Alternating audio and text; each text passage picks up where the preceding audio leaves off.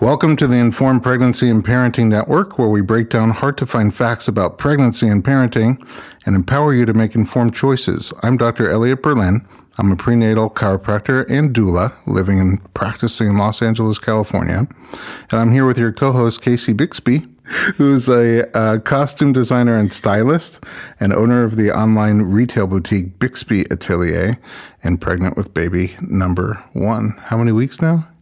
31. Today we're going to talk about vaginal birth after cesarean, otherwise known as VBAC, VBAC, or TOLAC, T-O-L-A-C, which is trial of labor after cesarean. After somebody has a C-section, in the subsequent pregnancies, they can either deliver by having another C-section, or they can try for a vaginal delivery, vaginal birth after cesarean. Both of them are considered very safe for most women, but each one carries some risks and benefits, and it's hard to nail down accurate, unbiased information about the pros and cons of each so that you can make an incredibly important, informed choice. The cesarean rate in the United States is really high, 33%. That is crazy.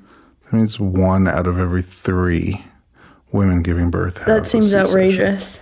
It is. To me, it's completely outrageous. And when we do childbirth education classes, 10, 12 couples in there, a third of them, I'm trying to always picture, a third of them would likely have a C-section. And I think everybody agrees that 33% is too much, which means some of them are unnecessary. Right. And in my practice, I always see after the fact women who just had the C-sections, whether I knew them or not during the first pregnancy, and then question whether or not they're one of those ones that was necessary or not.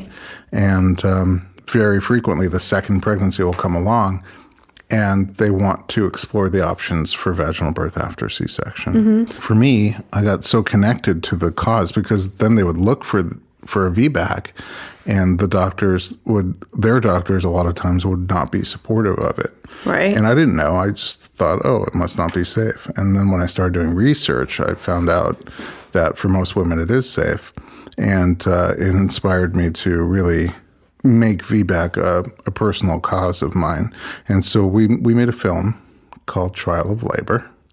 And we interviewed women on their journey for VBAC, and the film follows 4 of them through their VBAC journey. Some of them had 1 C-section, some of them had 2 C-sections. Got it. And we kind of explore why they had their C-sections and what prompted them to want to have a VBAC and some of the obstacles that they had to overcome to have their VBAC. And you can find out more about Trial of Labor at either trialoflabor.com or informedpregnancy.com. So I just want to say, as always, that we're not giving medical advice here. We're not telling anybody what to do. It's all about giving you information, facts, and empowering you to make good choices together with your care providers. Today in our studio, we have, to me, one of the most well-versed and eloquent presenters of VBAC information that I've ever met, Jen Kamel. Welcome to the podcast. Thank you so much for having me, Elliot. Pleasure. And Jen is, her organization is called VBAC Facts, VBAC F-A-C-T-S. And I think it's safe to say that you have a passion for information about VBAC. Well, I have a passion for clarity. For people to have clarity on what the risks and benefits are and what the true information is. Because, as with any topic online, there's a tremendous amount of misinformation. And it can be very difficult for your everyday parent to be able to wade through that. And, things are said and people often accept them as truth because their trusted Facebook friend or their Aunt Flo or their mom or their sister or even their care provider said it. And there is just a tremendous amount of confusion on what is true and what is not, what's backed up by research, what the American College of Obstetricians and Gynecologists actually says and what they don't say. And so I navigated those waters myself after having my C-section in 2004. And so I really understand and have a tremendous amount of empathy for what women are faced with when they have a C-section and they're trying to decide what to do in their subsequent pregnancies. Did you study it when you had your C-section or when you were thinking about a VBAC? After I had my C-section, my obstetrician told me I would be a great candidate for a VBAC. I had my C-section for single footling breech. And so that's when you have one foot is pointed down into the pelvis, and then the other foot was pointed up into my rib. So I was not a candidate for breech delivery in the hospital. And there are some women who have vaginal deliveries with footling breech presentation. The primary risk is about a 20% risk of cord prolapse, and that's when the cord falls between the mom's body and the baby's body and is compressed. So oxygen delivery to the baby is compromised or even entirely cut off. And so and as with always, it's a risk-benefit analysis. For some women, that is an acceptable risk. And for other women, they say that's not an acceptable risk, or they can't find a care provider who will attend that birth. And so after I had my C-section, my obstetrician told me I'd be a great candidate for VBAC. I had an obstetrician who was saying, yeah, you'd be a great candidate. And I had a social circle that was kind of like, why would anyone want to do that? Right. Whereas a lot of women hear from their doctor, VBAC is really dangerous. You shouldn't do it for a variety of different reasons. And they also don't have social support. And that's such a huge component to the decision-making process, is the absence or presence of social support, which is why I think this is such an important topic for even people beyond their reproductive years to understand that VBAC is a safe, reasonable, and appropriate option. There are real risks and benefits that come with both VBAC and repeat cesarean. And I feel very strongly that people should understand the risks of uterine rupture. They should understand the risks of hysterectomy with a C-section or placenta accreta or other placental abnormalities. And the first time that someone hears of these complications should not be when they are that statistic. Right. That is what really frustrates me, is when someone says, I went in for my routine scheduled repeat cesarean and I ended up with a hysterectomy, and they were not aware of the increased risks of hysterectomy that are associated with multiple prior cesareans. And the same thing with uterine rupture. There's a lot of misinformation out there around the accurate rate of uterine rupture and the various factors that come into play. And so I think it's really important for women to understand what is the actual rate, because if it happens to you, hopefully you're not the person who thinks that you are more likely to be struck by lightning than have a uterine rupture, which I've read, or you're more likely to die in a car accident on the drive to the hospital than have a uterine rupture. I mean, it's completely inaccurate. And it really minimizes the risk of uterine rupture. And what's a shame is when women make medical decisions based on that misinformation, and then they are that statistic. I think a lot of that is backlash against the minimizing of the possible risks of repeat cesarean. Absolutely. I mean, there is so much fear-mongering about VBAC that there is absolutely this desire to put the risk into context. But we really do a disservice to women when we forward information that is that we haven't actually verified that's true. So at the end of the day, on our conversation about VBAC today, what we're hoping to give you is fact. And that's, you're all about VBAC facts. That's what we want to get to the bottom of today. I'd love to start with history, some of the history of VBAC. People still today come into my office thinking once a cesarean, always a cesarean. If I even mention the concept, are you going to have a vaginal birth or a repeat C-section? They always say, what do you mean? You can't have a vaginal birth. That's super dangerous. And they quote it. They say once a C-section, always a C-section. And that came from 1916, when we weren't even really doing C-sections that much, right? And the article that it came from Dr. Edwin Cragen, was called Conservatism in Obstetrics. He was basically trying to warn his colleagues not to do too many C-sections, because once you do a C-section, you may have to do repeat C-sections as one of the side effects. So he was trying to get them not to overuse, not to overplay their hand in C-section. And at that time, the rate was probably under 5%, Wow. And he himself in 1916 had clients who he had done VBACs with, even though it was riskier then. And so it's interesting that once a C-section, always a C-section was, first of all, not meant to be a rule, a law, and not meant to promote more C-sections. It was meant to promote fewer C-sections. And number two, it's from 100 years ago. What really drives the American C-section rate is the 90% repeat cesarean rate. So 90% of women who have a prior C-section have C-sections for the remainder of their pregnancies. Mm-hmm. That is what continues to drive that total C-section rate up. We have about 530,000 repeat cesareans every year in the United States. And so 500,000, half a million. Yeah. Of just repeat cesareans. Out of 4 million births total. Yeah. So it's very high. That's a huge number. And that's what drives it. And so really, I mean, it's getting a handle on that primary C-section rate and making sure that VBAC is a viable option for more women in hospitals, because the American College of Obstetricians and Gynecologists says that VBAC is a safe, reasonable option for most women. Recently, they said that. Well, in 2010. Yes. So this is new. Well, newish. We'll go into the full history. Yeah, I mean, you've got the risks and benefits, and then you have politics. Right. You know, VBAC is an incredibly political animal, and so it's not just a risk-benefit analysis. There's also this whole political aspect that consumers really need to be aware of. These are my numbers. Tell me if they're fact or myth, but I've had, when I looked it up, the C-section rate over the years, 1970, I have it as 5%. By 1975, doubled to 10% in 5 years. 1980, 16%.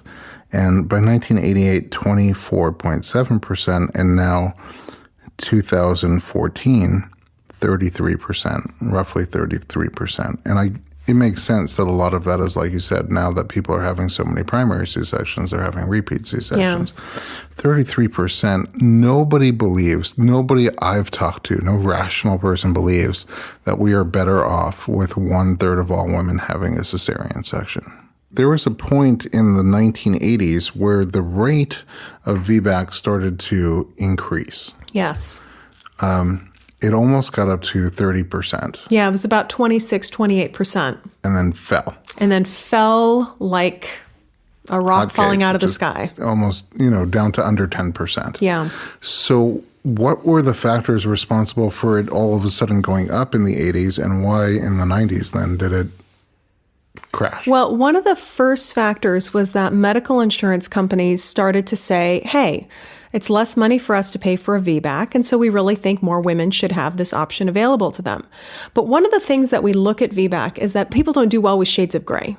They want black or white. Mm-hmm. They want yes or no. They want, should we encourage this or should we not? Right. Mm-hmm. And this is one of the problems, is that, life is more nuanced than that. Mm-hmm. Life is not black or white. And so these medical insurance companies said, hey, more women should have this option. And hospitals heard that to mean, well, we should really be beyond encouraging this. We should, a lot of women didn't have a choice on whether to VBAC or not. They were forced into VBAC. Well, they were essentially forced into VBAC. You had women who weren't necessarily great candidates, who had VBACs and had bad outcomes, and there were lawsuits. You had women who labored in crowded hospitals and so didn't necessarily get the best care and had uterine ruptures and had lawsuits. And then the other factor is that we didn't understand at the time the increased risk of uterine rupture that comes with labor induction. And that's when a woman who's not in labor is given a drug to make her body go into labor, to make contractions start. And we didn't understand at the time that when we do that to a woman who's had a prior cesarean, her risk of uterine rupture doubles. Wow. So it's about 0.4% in a woman that's about 1 in 240 in a woman who is not induced or augmented. So augmented is when labor is moving along, but they give you a drug while you're already in labor to make labor move along quicker. Right. So it's about 0.4% for a non-induced or augmented labor, 0.9%, which is about 1 in 111 for an augmented labor, and about 1 in 100 for women who are induced. So we go from 1 in 240 to 1 in 100. Well, we didn't know that then. So from less than 0.5% to 1%. 1%, which is a huge change. Exactly. But it's also not all inductions are equal. No, yeah, absolutely. And I talk about that on the website about how it's important to delineate between elective induction, so that's an induction that happens for a non-medical indication, and a medically indicated induction. And ACOG actually says induction should remain an option for women who've had a prior cesarean because there are situations that occur where baby needs to be born sooner rather than later, but not necessarily in the next 5 minutes. If it's in the next 5 minutes, she's going to have a C-section. But if maybe she has a partial placental abruption. So that's when the placenta partially detaches from the uterine wall, and that decreases blood flow and oxygen delivery to the baby. And we don't necessarily want a woman walking around with a partially abrupted placenta, because what if her placenta completely detaches? Well, then baby has no oxygen. So this would be a situation where induction of labor is an option for a mom, and mom should look at the risks and benefits of induction and the risks and benefits of a repeat C-section and decide for herself with her qualified care provider about what would be the best course of action for her individually. The thing that we're going to see, as the NIH predicted, the National Institutes of Health back in 2010, they said there will be a 6-year lag between the rise in cesarean rates and the rise of placenta accreta. And placenta accreta, I mean, a lot of people are familiar with uterine rupture, or they're familiar with the scary aspects of VBAC. But I wonder how many of the people listening are familiar with the term placenta accreta. With how many women are with how many women are having C-sections, I mean, they really should be just as aware of placenta accreta as they are uterine rupture. Placenta accreta is a complication that can occur after having a C-section. Yeah, so what happens is the fertilized egg implants into the uterus in an abnormal way. And they don't really understand the whole reason of why this happens. They said there's just something abnormal with that implantation site. And so a placenta accreta is associated with an up to 7% maternal mortality rate and an over 70% cesarean hysterectomy rate. Oh, wow. And the personnel and the setup that needs to be available for a placenta accreta is far more sophisticated than uterine rupture.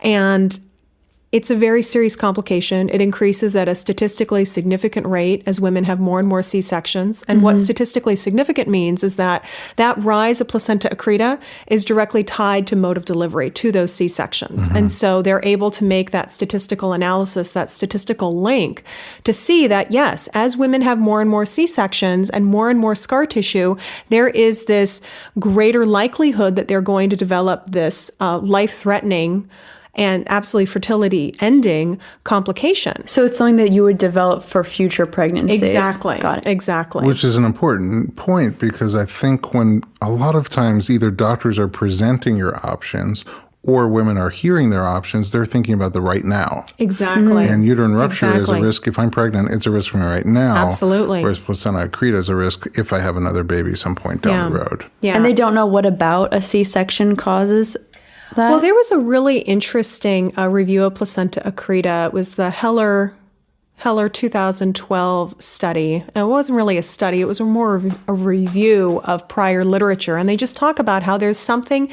abnormal. And it's associated with any sort of uterine surgery. If you've had a D&C, anything like that results in scarring in the uterine wall, that there is this increased risk. And so they don't understand why some women get it and some women don't.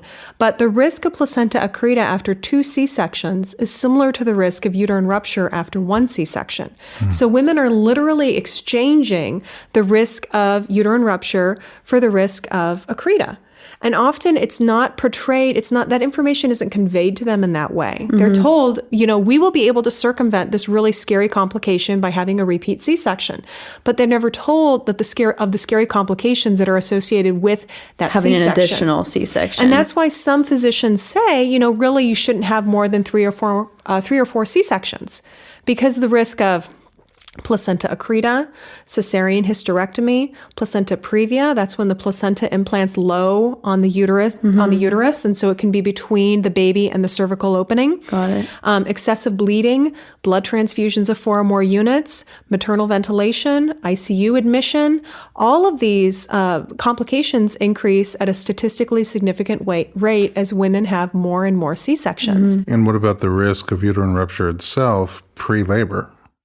Well, it's extremely rare. I actually have an article up on the website about that because that is a persistent myth that, you're just as likely to have a uterine rupture before labor. The research that I like to cite for that particular measure is the Zwart 2009 study that was looking at all the births in the Netherlands over a 2-year period.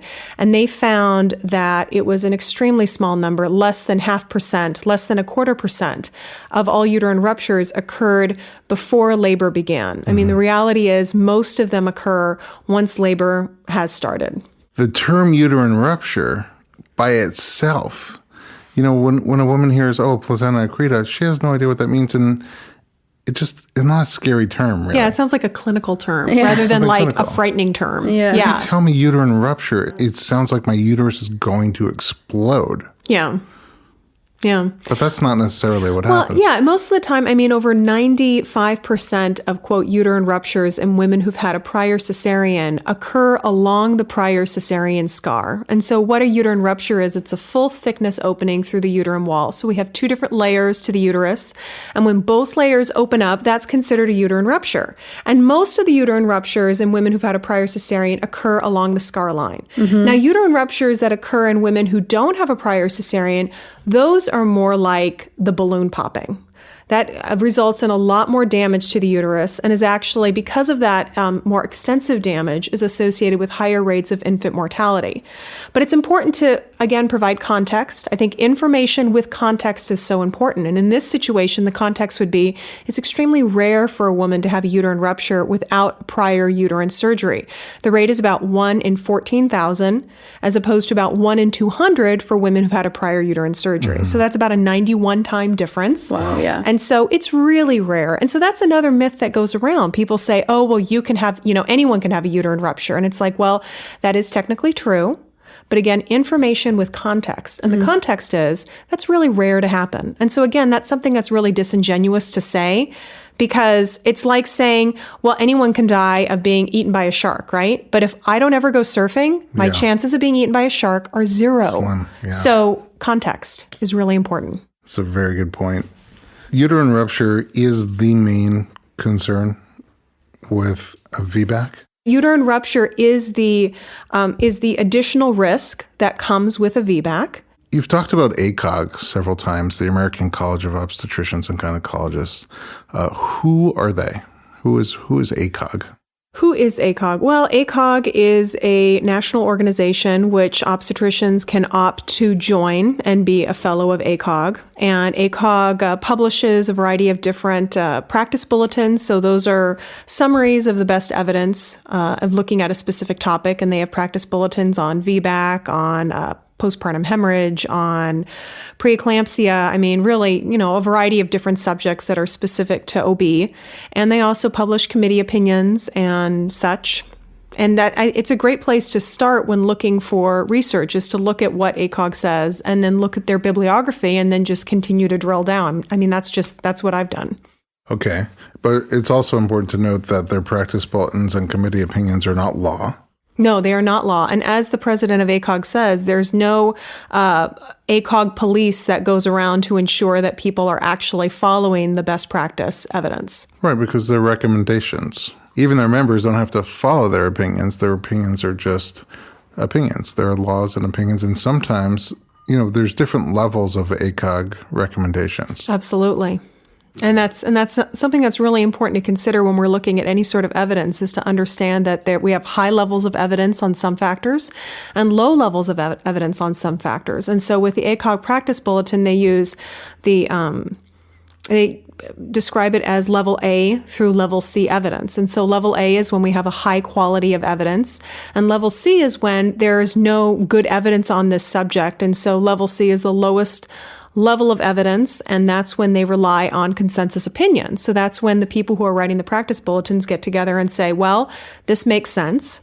And so that's why it's really important to read the entire practice bulletin all the way to the end, where they have each of their recommendations broken out by level A, level B, and level C evidence. Mm.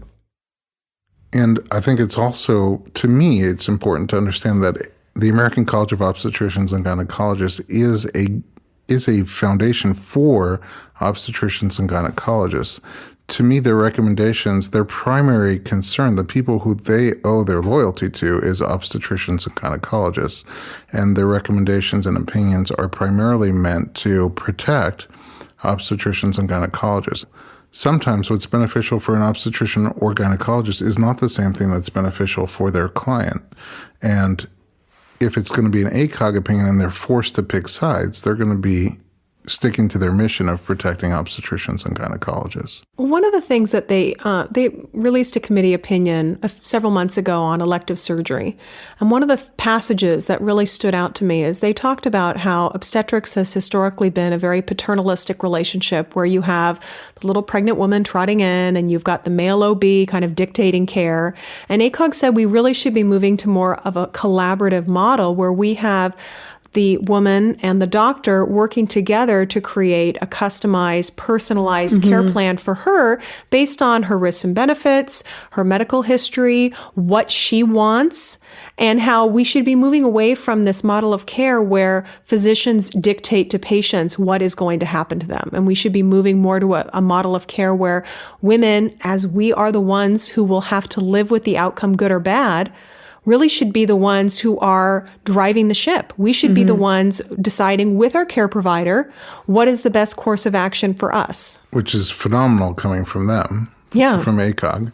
And I'm not to say that ACOG is bad or ACOG, they have very good intentions, but their loyalties are to their members.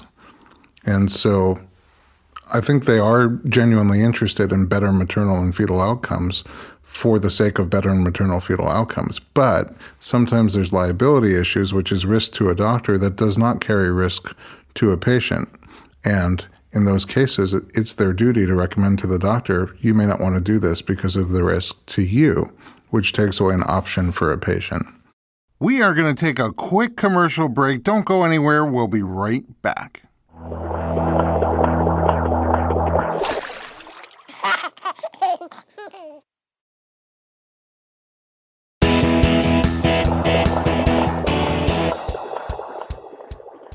In 1995, ACOG came out with a guideline on VBAC. And in their guidelines on VBAC, I believe that it was the 1995 guideline on VBAC that really was responsible for that plummeting. Yeah, well, we got a little bit off on a tangent there, but that is like the second factor. That after we had this recommendation from medical insurance companies, and we had these lawsuits that paid big, and then we had the ACOG recommendation come out that said it was the first use of the term immediately available, and so that was one of the things that absolutely resulted in the plummet of VBAC rates. But when we look at immediately available, I mean, the first thing we need to consider is the fact that that's C-level evidence. That is consensus opinion. Do you want to read what it is, just so in case people don't know? The 1995 ACOG guidelines on VBAC said vaginal birth after cesarean should be attempted in institutions equipped to respond to emergencies with physicians immediately available to provide emergency care. And this was based on level C. They say this is a level C opinion based on expert consensus. Wait, but can I ask a question? If you are having a baby, wouldn't there be physicians immediately available for emergency care? If you're in like the middle of Nebraska where I used to live, they don't have that many babies every week. So they don't have obstetricians and anesthesiologists and tech teams just waiting for you in case something comes up. Right. You go there, you can labor for 15, 18 hours. And as you get close to the baby emerging, they'll call your doctor to come in and catch it. Got it. But if something went wrong, it would take them sometimes 40 minutes, an hour, maybe more. But that's a great question. In terms of ACOG's guideline on VBAC, the issue with immediately available is it's not a specific recommendation. What is immediately available? Well, ACOG did not provide a definition. Right. And so in the absence of any sort of definition, I mean, does this mean that the obstetrician and or anesthesiologist has to be on the L&D floor Can they be in surgery? Can they be seeing patients? Can they be home 15 minutes away having dinner? What does it mean? Well, ACOG did not provide that definition. So in the absence of a definition, hospitals started creating their own definitions. And one of the presentations from the 2010 National Institutes of Health VBAC conference was, I believe it was by Dr. Birnbach.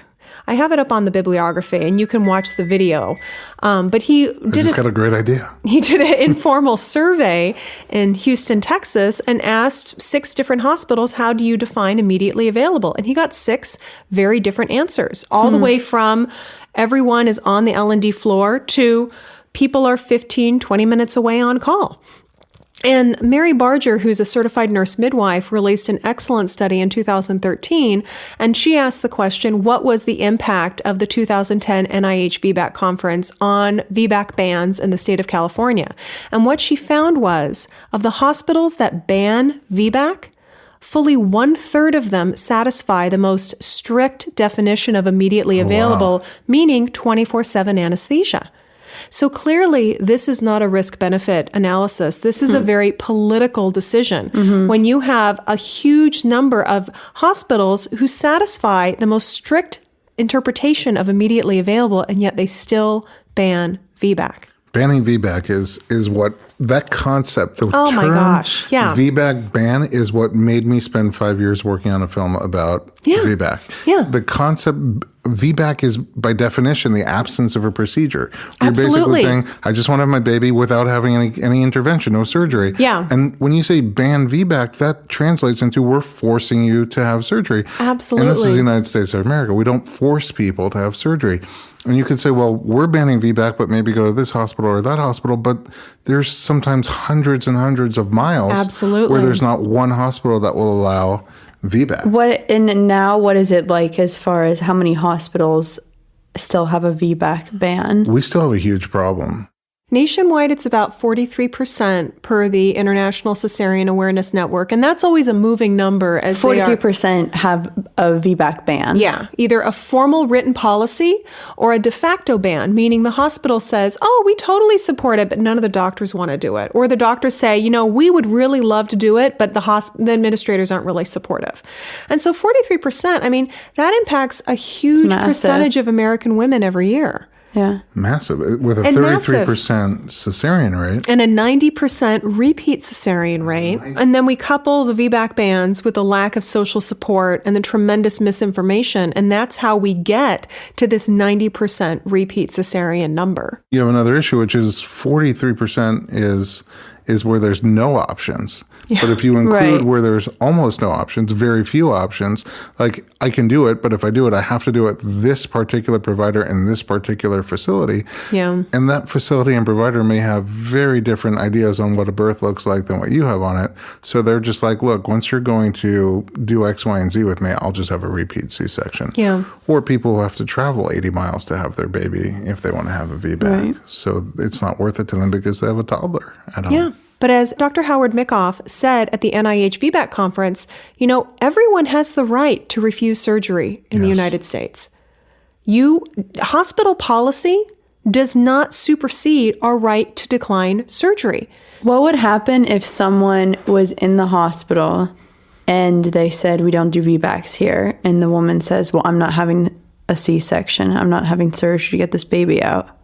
Well, there's a variety of different ways that can play out. And it's really on the onus of the woman to try to feel out whether she will, how that will be received. And sometimes ahead of time. Right. Because if you have the feeling as a mom that if you go in and say that you're going to be encountering a hostile situation, then you really need to navigate those waters a little bit differently than if your provider kind of gives you a wink and a nod and says, look, we have a VBAC ban, but I can't force you to have surgery. And if you come in labor and you say, I decline surgery, I will attend your VBAC. Right. Sometimes that happens because ethical providers know that they cannot coerce women to have surgery, especially in light of the increasing complications that come with multiple prior cesareans. What these VBAC bans are doing are denying women the option of VBAC and enforcing these increased risks on them per policy. I mean, one of the things that I always recommend is for women to contact the National Advocates for Pregnant Women, and they are a nonprofit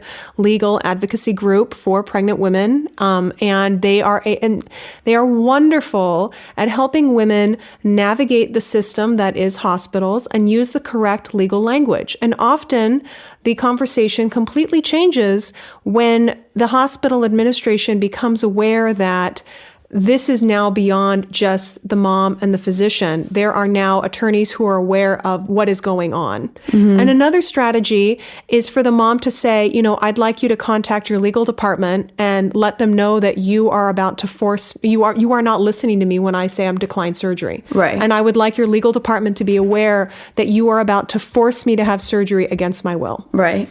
Another strategy is to say, if there's a nurse in the room, say, nurse, I want you to document in my record, I do not consent. Now, the flip side of this is that physicians, like you said, want to protect themselves from liability. And if the woman is making a decision which the physician really thinks, this is not the right decision to make, there is a high rate of XYZ complication with this decision, one way for them to protect themselves is to make a video recording of the mom. Have the mom say, this is my name. My doctor is Dr. So-and-so. I have XYZ complication. Dr. So-and-so recommends that I do this. I am declining his or her recommendation, and I am deciding on doing this. And I know that there are these various risks involved with this, but I am the one who ultimately will have to live with these risks. And this might be a way for physicians and other care providers to protect themselves from any sort of legal repercussions that can come with this. And so not only does this respect the woman's right to choose an option that is associated with elevated risk, as the latest ACOG bulletin says, women should be allowed to make decisions that are associated with higher rates of risk, and but then also protect the physician from any possible legal outcome from that higher risk decision. And we could have a whole podcast on the medical legal yeah. issues and how they drive decisions that doctors have to make. Right. Absolutely. And eventually reduce our options and choices. Absolutely. In 2010, there was a massive conference, the National Institutes of Health conference, that we've referenced a couple of times. What was the goal of that conference? Well, before I address that, I just wanted to clarify something you just said, that ACOG says that there needs to be a surgical team immediately available. ACOG actually says physician. Right. And that's the other thing about immediately available, is that they said physician. They did not specify obstetrician or anesthesiologist. They said physician. And so this is all the different ways that it's been interpreted. It's been interpreted to mean 24/7 anesthesia, when that's not the language that ACOG used. As you read, it talks about a physician who's capable of performing a cesarean surgery. Right. But the 2010 NIH VBAC conference, the objective was to raise awareness about the research on VBAC versus repeat cesarean and talk about not only the risks and benefits of the options, but also the highly political nature of this topic. And it was a 2.5-day conference that culminated in a final statement that is, and all of this, if you just Google NIH VBAC, you'll come up with the website. And if you go to vbacfacts.com/bibliography, I have links to my favorite presentations from that conference, and you can actually watch the videos, and they're spectacular. I really wish there were probably about 700 people in the room, most of them hospital-based practitioners and administrators. I left that conference really feeling like, wow, this is the beginning. All this incredible evidence. Now we have hard evidence on the serious complications that come with multiple repeat cesarean sections. Surely this will have an enormous impact on the politics of VBAC and the accessibility of VBAC nationwide. Am I an optimist here? Do you know what Mary Barger's study found? How many hospitals, do you want to guess, reversed their VBAC ban since 2010 in the state of California? I'm going to say none. One. Oh. There is one less VBAC ban in the state of California since the 2010 NIH conference. Again, and why? This is not a risk-benefit analysis. This is a political decision. When hospitals are motivated, they offer VBAC. And what's the motivation? The motivation is respect for the autonomy of the patient to make their own medical decisions. I think in our culture, people don't value vaginal birth. They're scared. They're scared of the unknown. They're scared of these statistic stories that people tell each other. All you ever hear about vaginal birth is bad things. Exactly. It's going to ruin your sex life. You're going to have a huge tear. You're going to have women screaming. If I only ever heard about airplanes, if the only time I've ever seen them on TV, they were falling out of the sky and crashing, or in movies, or my friends, the only people who I ever met were people who survived plane crashes. I would never fly in an airplane. And that's how labor and delivery seems about vaginal delivery. It just, every time you see it in movies, it's the worst, most intense part of dramatized yelling, screaming, horrifying. It looks like torture. So yeah, for that reason, I think it's a lot easier to sell C-section. Again, it goes back to motivated hospitals offer VBAC. Motivated hospitals find a way to make VBAC as safe as possible, to respect a woman's autonomy, and to work within their malpractice insurance protocol. But really what you're saying is that cesareans, repeat cesareans, and VBACs both carry separate risks. Absolutely. But both are risky. But it also seems like doctors are being sued more often in regards to a VBAC than they are to a repeat cesarean, right? Yeah. We are going to take a quick commercial break. Don't go anywhere. We'll be right back.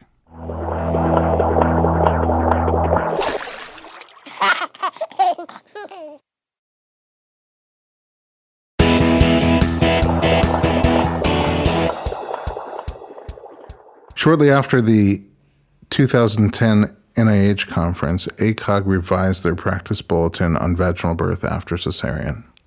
What was the revision? Well, one of the things that they said is that they wanted to make it very clear that even if a hospital bans VBAC, that policy cannot be used to force women to have a cesarean or to deny women care. Because one of the things that came out at the NIH conference, and you should have seen the look of surprise on the panel's faces, is when the consumers got up and talked about how they were forced to have a C-section. And the people up on the panel were horrified. They were surprised. They couldn't believe it, because we all know, we all have this legal right to decline surgery, right? But these women were led to believe they had no choice. Maybe they were threatened with CPS. Maybe they were threatened with a psychiatric evaluation. CPS is Child Protective Services. Yeah. Do you know of cases where babies were taken away? Yeah, the National Advocates for Pregnant Women, they have an excellent article. I have it linked up to my website, and they talk about all the different forced procedures, obstetrical procedures on women, including cesareans. And just the threat of being reported to CPS or the threat of a psychiatric evaluation is often extremely persuasive. Right. Yeah. Would persuade me. Yeah, absolutely. If I didn't have the information. And so as a result of this, ACOG wanted to make it very clear. They said, we made the recommendation for immediately available because we want VBAC to be as safe as possible. But let us be clear. The objective was not to deny women the right to choose what medical care they want. The objective was not to deny women the option of what mode of delivery suits them best per their own personal evaluation or own personal risk assessment. The objective was not for doctors or hospital administrators to impose on women what choice they should make. The objective was to say, look, this is what would be ideal, but we acknowledge that it's unreasonable. We do not have enough anesthesiologists nationwide to have 24/7 coverage in all hospitals. And in fact, if that was the standard, we would have about 75% of L&D units closed nationwide because there's simply not enough. And that's I think that was per Dr. David Birnbach's presentation at the NIH. I mean, they're not equipped to deal with any emergencies that come up during labor and delivery, not just VBAC. Well, there's a variety of different ways that they can manage it. I mean, one of them is to stabilize the woman who's had a uterine rupture or some other complication until anesthesia arrives. And then a local cesarean is always an option. Well, my point is cesarean under local anesthesia, I should say. My point was that they highlighted VBAC as, if you don't have physicians immediately available, you can't do VBAC. But all this other stuff, that's no problem. I mean, there's a variety of other complications that can occur in a first-time mom. And we should also say complications that can occur in a repeat cesarean mom that can require immediate, prompt, and more sophisticated response. In the updated guidelines in 2010, in the practice bulletin number 115, they also address other factors that link together with VBAC. VBAC after 2 previous C-sections, VBAC post due date. What are the recommendations? How do they address these other factors, cofactors? Well, VBAC after 2 cesareans, ACOG talks about how the information on this specific situation is rather limited. And it's limited because the studies looking at VBAC after 2 or more cesareans have relatively low sample populations. That refers to how many women they've included in the study. Because when we are looking at something that happens as uncommonly as uterine rupture, it's about 0.5%. We need several thousand women, 3,000 to 5,000 women to really get an accurate reporting of that incidence. And let me give you an example. If we have 10 women in our study and 2 of them have a uterine rupture, can we accurately say that we have a 20% rupture rate? No, we can't. But that's one of the problems that comes into play when we have small sample sizes, is that you have 1 or 2 events and the number reported is incredibly high. So, we've had multiple studies done on uterine rupture, and we know that the risk lies about 0.5% to 1% after 1 prior cesarean. With the studies on VBAC after 2 or more cesareans, we have sample sizes of maybe 1,000 women, a couple hundred women. Now, the other factor is that those studies either have high rates of induction or augmentation, or they don't report the rate of induction or augmentation, but they say we induced and augmented women. So that's another important factor to consider, is because we want to be able to isolate what is the risk associated with 2 prior cesareans. And when we have small sample sizes, we don't know whether that elevated rate reported is from those small sample sizes, from the high rate of induction or augmentation, or is it really from those 2 prior cesareans? And when we have these other 2 factors that are muddling the data, we don't have good information. And we can have that exact same discussion when we look at uterine rupture by birth interval. So that's the time from the cesarean to the subsequent VBAC, or time from the cesarean to conception. There's a few different ways that factor is measured. And then also uterine rupture by the size of the baby. That's another area where we have very small sample sizes and high rates of induction or augmentation. And so again, it's hard to pin down, was that uterine rupture because you had a larger baby? Or is it because we get those wonky numbers from small sample sizes? Or how much did that induction and augmentation play in the role of the incidence of uterine rupture? And that's why for all of these factors, ACOG says if you are expecting a big baby, if you're going beyond 40 weeks, if you are expecting twins, or you have an unknown or low vertical scar, these are all okay with VBAC. We don't have enough data. We don't have enough to show data. that they're not okay. Exactly. And since we do have good data on the risks of multiple repeat cesarean sections, it's like, okay, so we have kind of this unknown risk on one hand and a known risk on the other. Is the ethical thing to do in lieu of having good, high quality evidence linking higher rates of uterine rupture with these various factors, is it right to be just dictating for all those women to have repeat cesareans when we know what's waiting for them on the other side of that? And so again, and this is where information plus context equals clarity. So giving the information to women, sharing the results of those studies, but putting that information into context. Can you tell me in a nutshell, what are the risks that we're looking out for when it comes to vaginal birth after C-section? And what are the risks that we're looking out for when it comes to elective repeat cesarean? Well, the primary risk that women are concerned about with a VBAC is a uterine rupture, and that occurs about 0.5% to 1% of the time. And then the other primary risk is what they called a failed TOLAC, or that's a woman who's planning to have a VBAC, goes into labor, and for whatever reason ends up having a C-section.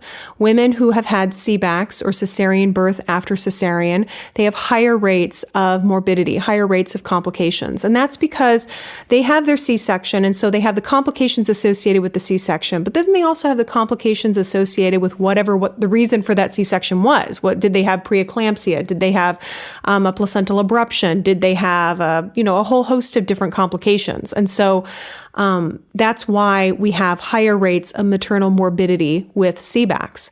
Now, when we look at repeat cesareans, we have concerns about placental abnormalities such as placenta accreta and previa.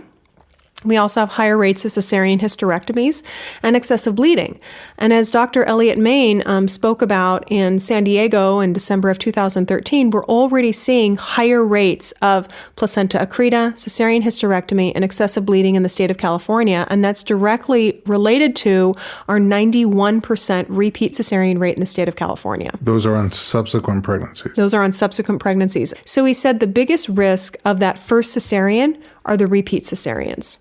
Because 90% of women will go on to have repeat cesareans. I'd love to talk about the scar for a minute. The scar, there are different ways to make the incision.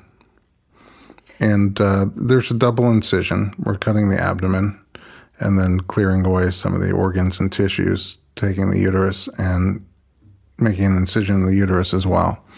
And there are different types of incisions. Can you talk a bit about that? Well, the most common incision in America is the low transverse incision. So that's the low horizontal bikini line incision. And that's what about 99.5% of American women have. And so that incision is down in the lower uterine segment. And so that's associated with the lowest rate of uterine rupture. Then we also have a low vertical scar. That's also in the lower uterine segment. And ACOG says that a low vertical scar is okay. So vertical would be an up and down scar. Then we get into other scars like what's called a classical scar. So that's a high vertical scar, and scars that are like a T scar or a J scar. All of these scars go up into the fundus. That's the upper part of the uterus that does all the work during labor. And so it is believed that the rate of uterine rupture is higher when we have any scar that goes into the fundus. But when we look at the studies that we have on these scars, which are collectively called special scars, they're very limited again. Because remember, 99.5% of American women have a low transverse. Them. So when you're first challenged with sweeping up enough women to include in a study to make it a reliable study, and then we have to make sure that we control for relevant factors like induction or augmentation. So when we look at studies that have broken out and included women of various scar types, there might be 50 women. There might be 100 women. And why would these women not have the low transverse incision? Why would you have a special scar? Well, that's one reason would be a preterm delivery. So someone who had their cesarean maybe at 30 weeks, 31 weeks before the low uterine segment formed. Got it. And so the only part of the uterus that's present is the fundus for them to cut into. And there are a variety of other reasons. I mean, that's really a better question for an obstetrician. I'm not well-versed. They're usually complications, things that came up during the first surgery that make you have to go away from the safest scar. Nobody goes in doing a crosscut on purpose. Yeah. As plan A. Talking about the scar, I see now people are starting to measure the thickness of the scar on ultrasound. What's that about? Well, there have been a variety of different studies done. Again, very small studies that are not well controlled. That look at the scar thickness around like 37 or 38 weeks. And they say, well, if the scar is this thick, you're less likely to rupture than this thick. And the NIH actually looked at this and they said that there may be value looking at uterine thickness, but there is a tremendous opportunity for bias. And the other complication we get into is accurate dating. Mm-hmm. I mean, and so accurate dating, because a lot of women, the 40 weeks of pregnancy is based on a 28-day menstrual cycle where women ovulate on day 14. Well, that's the average. Not every woman does that. Some women may ovulate on day 21 and conceive on day 21, and that completely throws off your gestational age by a week. Right. So that's one factor. Another factor is, what is a normal thickness? I mean, we would really need to create a baseline of getting accurate dates from unscarred women and figuring out what is the normal thickness of the uterus. I mean, we need to figure that out. So that would be an important consideration to add into this study, is to figure out what is normal before we define what is abnormal or what is too thin. Right. So this is something that gets a lot of play, but the reality is we don't have any good information, any high quality information linking a specific uterine thickness to a rate of uterine rupture. Right. I mostly see it being used to discourage Oh, absolutely. VBACs. Oh, Absolutely. your skirt looks a little too thin. Oh, yeah. And you hear that quite a bit of from women who are having C-sections, repeat C-sections, and they say, oh, well, thank goodness you had a repeat C-section because your scar is so thin and blah, blah, blah, blah. Well, that's really the opinion of that obstetrician, because some obstetricians think a really thin uterus, oh, that's really bad, you're about to rupture. And other obstetricians say the uterus is supposed to be thin. So, and again, this is something that we aren't able to look at the uterus and say whether you're about to rupture or not, because most dehiscences, and that's when you have one of the inner layer of the uterus separates, but the outer layer, the serosa, remains intact. And so those are often not diagnosed unless someone has a C-section. So how often do women who've never had a prior cesarean have a dehiscence and it's just not diagnosed? Or even women who've had a prior cesarean, they might have a dehiscence, but unless you're actually doing a C-section, you don't see it. So it's very difficult to say, is that an impending rupture or is it not? It also makes sense to me that just because it's thicker doesn't mean it's going to hold up better. I mean, if you have dysfunctional scar tissue that's developing there, that's not going to be stronger than thinner tissue that's more functional. Yeah. Do you know what part of the country is there a heavier concentration, or is it just widespread of where there's more cesareans than others? If you go to the website birthmonopoly.com, they have a great map showing all the VBAC bans nationwide. And you'd think, oh, well, this surely is only in like rural areas, right? But no, I mean, you have hospitals banning VBAC in major metropolitan areas. And as I believe it was also Dr. Howard Mickoff said at the NIH VBAC conference, is that this isn't about who's capable of offering VBAC. This is about who's willing to offer VBAC. It's amazing to me that you go just a few minutes out of Los Angeles and it's very hard to find support for VBAC. And if that's how it is 5 minutes outside of LA, I can't imagine what it is in areas that have fewer hospitals and smaller hospitals. Well, I have a tremendous amount of compassion for women who are in the Midwest and are faced with, well, I can go to my local hospital that's hostile about VBAC. Right. Or I can drive 2.5 hours away and be with a supportive provider. Right. The logistics of doing that when you have, maybe both people in the relationship work, maybe they've got several kids, dealing with childcare, travel, work vacation time, the expenses of staying in a hotel. I mean, just the logistics of all of that. I mean, but people do it because they have no choice. Absolutely. People do it. People do it. When we were making the movie, when we were doing our interviews, people would write in stories like that all the time. I have to go 50 miles, 100 miles. There was one that went 400 miles. As always, with any medical decision, it's always best to be your own advocate. Right. Whether we're talking about birth or prostate cancer or, heart disease, is to be your own advocate and learn as much as you can and evaluate your care provider and realize that not all of them are the same. Not all of them are up to date on the current research. Not all of them honor ACOG's guidelines or might pick and choose what guidelines they want to incorporate into their practice based on what serves them. So it's always important to just be your own advocate and be critical of information that you read. Always ask for sources. If someone cites you and says, oh, well, 50% of uterine ruptures happen before pregnancy, for you to say, I'd love to learn more about that. Where can I learn more about that? And you'll find that a lot of people have no idea where that information comes from. They just repeat it. They just repeat it. And that's where the whole birth myth series up on the website came from, is that people would say things and I'd be like, where did you hear that? And of course, no one knew. And I was like, I'm really curious. I want to know if that's true or not. And so I would find information that would either support that myth or refute that myth. Almost always it's refute that myth. Right. I think in pregnancy in general, that is the take-home message, is you have to be your own advocate. Today, you cannot rely on just one person's opinion. Absolutely. If you don't do your homework and come in with the facts, then you're not going to be an active participant and you'll be led one way or another, whether that's the best thing for you or not.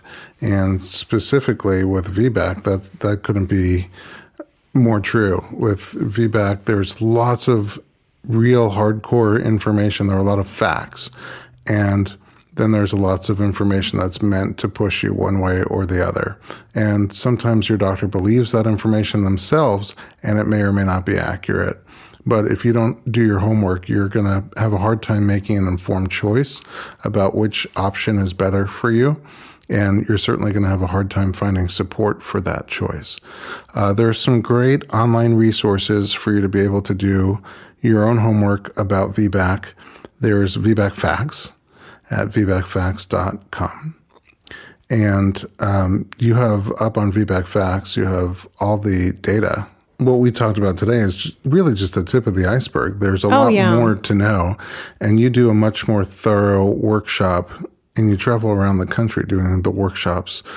And on VBAC Facts, you can find out where Jen will be next. I think another great resource is ICANN, the International Cesarean Awareness Network, which came into being in 1982. And ICANN has several hundred local chapters, not only around the country, but internationally. And you can find more information or your local chapter by going to ICANN-online.org, ICANN-online.org. And you also mentioned the National Advocates for Pregnant Women. Do you know how we can reach NAPW.org. NAPW.org, the National Advocates for Pregnant Women, who step in and help out when you're being denied your rights in pregnancy and childbirth. Anything we left out? Well, I think also ACOG is a great resource. The NIH VBAC conference. And if you go up on the vbacfacts.com/bibliography, you can see a variety of other specific pieces of research and other resources that you can look at and evaluate the information for yourself and have an honest and thorough discussion with your care provider about what would be the best decision for you. I think at the end of the day, we all agree that for some people, VBAC will be a better choice. For some people, repeat C-section will be a better choice. But the best choices will be made when you make an informed choice together with your providers. Jen, thank you so much for coming today and sharing your expertise. You know, one thing I'd like to throw out there is that the power to make the decision of having a repeat cesarean and the power to make the decision of having a VBAC are two sides of the same coin. Either women have the right to make their own medical decisions or they don't. Right. And so I think it's really important for people to step away from the duality, from the polarity of this whole conversation and understand that what is my personal risk assessment might be different than yours. And just because I made a certain decision, that doesn't in any way invalidate the decision that you want to make if it's different than what I made. Jen, thank you so much for joining us on the Informed Pregnancy and Parenting podcast. My pleasure. For more information on VBAC and for notes from so many of the different topics and details that we discussed today, you can visit informedpregnancy.com. As always, if you have any questions, just write to info@informedpregnancy.com.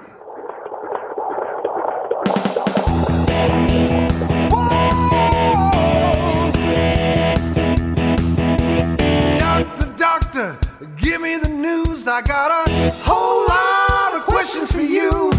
This kid's